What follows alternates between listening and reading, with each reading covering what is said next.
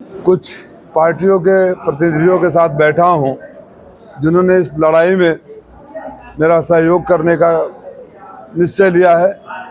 Samajwadi party की तरफ से मैं आभार व्यक्त करता हूं और अति पिछड़े तबके के लोग जब साथ में खड़ा हुए हैं, बाकी लोग साथ में ही हैं, तो मुझे लगता है कि चुनाव एक तरफा है। चुनाव में कोई अब परिणाम ही एक शेष बचा है जो औपचारिक रूप से घोषित कर होगा। मेरे साथ संतोष साहनी साहब हैं। आप वीआईपी पार्टी जो मुकेश साहनी के हैं, उनके यूथ के राष्ट्रीय अध्यक्ष हैं। मेरे साथ गोपाल निषाद साहब हैं, फूलन सेना के अध्यक्ष हैं।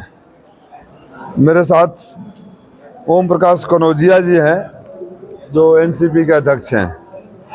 मेरे साथ चौधरी लोटन राम निषाद साहब हैं जो हमारे पिछड़ा वर्ग के पूर्व अध्यक्ष थे, और राजेश गौड़ जी हैं जो अखिल भारतीय गौड़ महासभा के प्रदेश अध्यक्ष हैं। तो इसमें गौड़ बिरादरी को, निषाद बिरादरी को और अन्य पिछड़े तबकों के प्रतिनिधित्व करने वाले प्रमुख चेहरे हमारे साथ हैं।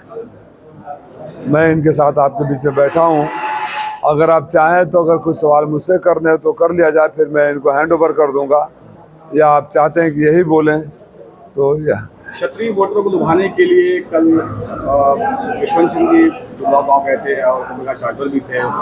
तमाम दावे कर रहे थे कि क्षत्रियों हमने ऐसे नहीं कहा है, सफाई दे रहे थे। इसको कैसे देखते हैं भाई?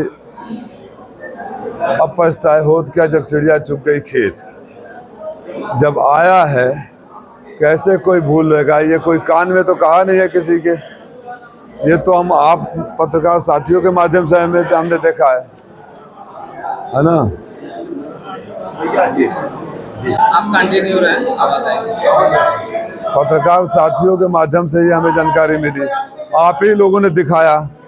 तो वो क्या कहना चाहते हैं कि मीडिया के झूठे लोग हैं। आपने आर्टिफिशियल इंटेलिजेंस से वो वीडियो बना दिया। अभी उनका जिला अध्यक्ष का जो गाली का आ रहा है, घिन आती है कि ऐसी मानसिकता, घृणित मानसिकता, गंदी सोच, गंदी जबान, गंदे संस्कार के लोग भी राजनीति में है, और उनको इनके जैसे लोग जिला अध्यक्ष बनाकर सम्मानित करते हैं। राजनीति में विवाद हो सकता है, राजनीतिक विवाद उसे कहते हैं। राजनीतिक बहस हो सकता है एक दूसरे के खिलाफ, मुद्दों पर भिन्नता रहेगी, इसे लोकतंत्र की खूबसूरती है।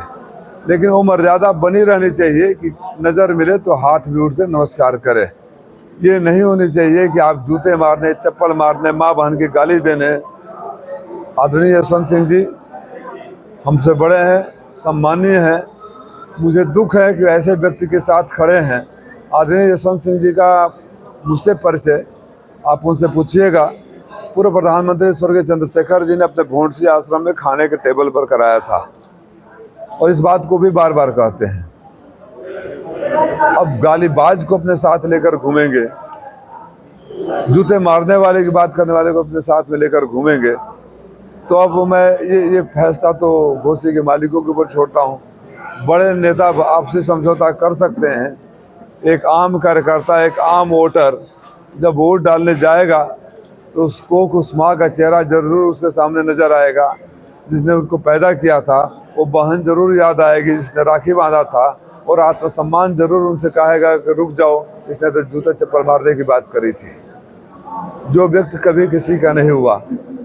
मैं व्यक्तिगत आरोप नहीं लगाना चाहता हूँ, कोई व्यक्तिगत, मैं उनकी कही हुई बातों को कोट कर रहा हूँ, और वो भी अपने तरफ से नहीं कोट कर रहा हूँ। अगर ये मैं गलत बोल रहा हूँ तो आप सारे मीडिया के लोग गलत हैं।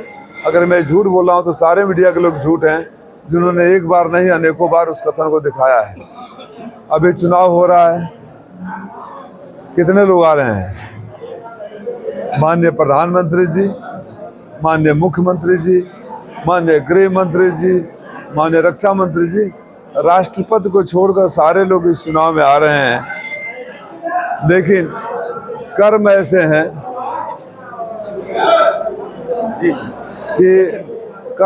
हैं कि अगर माननीय राष्ट्रपति को भी बुला लिया जाए, वाणी ऐसी है कि दुनिया में वो अब की बार ट्रंप सरकार वाले ट्रंप को बुला लिया जाए, जो बाइडेन को बुला लिया जाए, तब भी कुछ होने वाला नहीं है, क्योंकि लोगों को याद है कि ये जहाँ से हारते हैं लौट को वापस नहीं जाते हैं।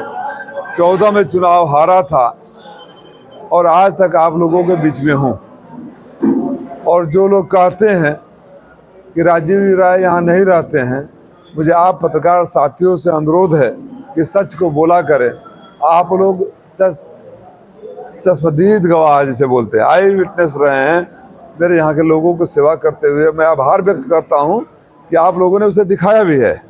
ऐसा नहीं कि खाली आपने देखा है, आपने देखा है और दिखाया है, ये बात कर सकते हैं। मैं तो कहीं नहीं गया, बलिया में हारे होंगे तो कुछ हजार वोट तो मिले होंगे, कुछ लोगों ने, कुछ 100 लोगों ने बूथ पर झगड़ा किया होगा, जिंदाबाद के नारे लगाए होंगे, लौट कर नहीं गए। बनारस लौट कर नहीं गए, यहाँ भी लौट कर नहीं आएंगे, ये मैं बताता हूँ।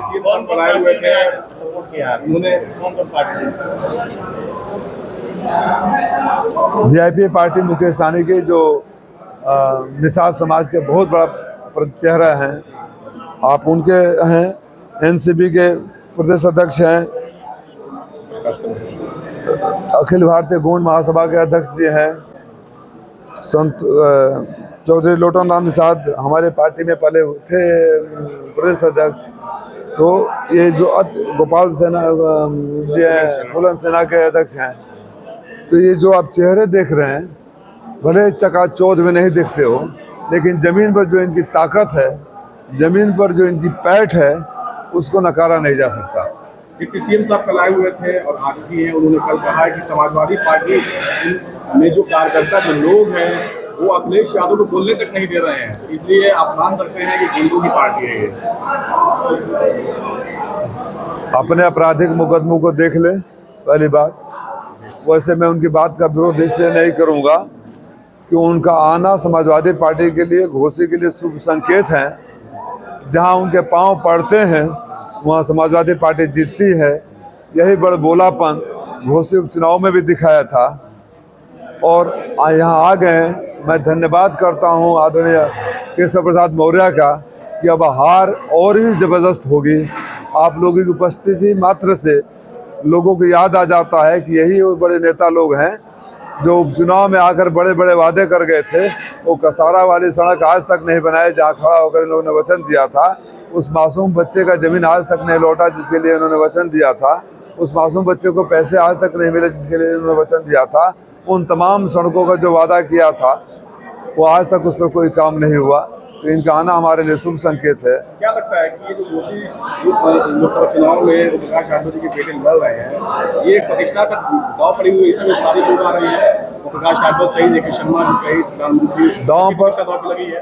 भाई, प्रतिष्ठा दांव पर लगने से पहले प्रतिष्ठा होनी भी तो चाहिए। प्रतिष्ठा होनी तो चाहिए, तब तो दांव पर लगेगा। प्रतिष्ठा माँ बहन को गाली देने से होता है, प्रतिष्ठा झूठ बोलने से होता है, जूते मारने से होता है। आप लोग बीजेपी, मतलब माननीय प्रधानमंत्री जी से अपेक्षा करूंगा, माननीय प्रधानमंत्री जी आपसे अपील करता हूं कि जब घोसी में आए तो मंच पर जरूर ये बताएं घोसी के लोगों को वोट मांगने से पहले, जो इन्होंने कहा था कि देश का सबसे बड़ा झूठा जोगी और मोदी हैं, तो सच बोला था। ये तब झूठ बोल रहे थे, या आज जो आप बोलने वाले हैं वो झूठ बोलेंगे आप? अगर वो सच था तो आज प्रधानमंत्री जी जो भी बोलेंगे घोसी की मंच से झूठ ही बोलेंगे। अगर झूठ नहीं बोलेंगे तो मंच से कहें कि ये आदमी झूठ बोले थे, मैं झूठा नहीं हूँ। आज छठे फेज का चुनाव हो रहा है, आज छठे फेज का चुनाव हो रहा है। इस चुनाव को किस तरीके से आप ले रहे हैं? छठे फेज तक आते आते इंडिया गठबंधन ने जीत का छक्का मार दिया है। अब जो आगे 7वां फेज है, सब एडिशनल बोनस है।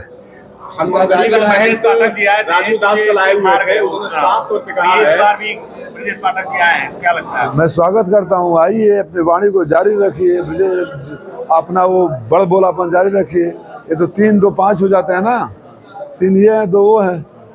तो इन्होंने सुनिश्चित कर दिया कि अब जमानत जब्त हो जाएगी। हनुमानगढ़ी के महंत राजू दास जी आए हुए थे, उन्होंने कहा कि हम मोदी जी के नाम पर यहाँ वोटों की अपील करने आए हैं। और जब प्रकाश यादव की बात आई सवाल जवाब से, तो उन्होंने कहा कि नाक रगड़ की माफी तो मांग ली, अब क्या चाहते हैं? महंत राजू दास धार्मिक गुरु हैं, मैं उस तरह का कमेंट नहीं करता। नहीं तो जब आप था नाक मार के माफ़ी मांग लेने से, तो कहिए आपको भी कोई गाली दे के माफ़ी मांग ले, आप माफ़ कर दीजिएगा। वो तो टीवी चैनलों पर तलवार भाजने लगते हैं, वो तो टीवी चैनलों पर माँ बहन की गाली देने लगते हैं। तब क्या बोलूँ, महंत है, महंत जी को प्रणाम। वो कह रहे हैं कि इंडिया गठबंधन को वोट देना मतलब गोमांस बने। क्या कहेंगे? महंत को महंत की भाषा बोलनी चाहिए। महंत के ऊपर कोई टिप्पणी नहीं करूंगा, लेकिन उम्मीद जरूर करूंगा कि महंत को माँ बहन की गालियाँ टीवी चैनलों पर बैठकर नहीं देनी चाहिए। महंत को राजनीति में निचले स्तर तक भाषा इस्तेमाल नहीं करना चाहिए। मेरे लिए हर महंत, हर साधु, हर सन्यासी पूजनीय है, आदरणीय है। इससे ज़्यादा मैं महंत राजू दास जी के बारे में कुछ नहीं बोलूँगा। बालकृष्ण चौहान कहते हैं कि यहाँ हमारा सांसद जो वर्तमान में वो है और हमारी जो ताकत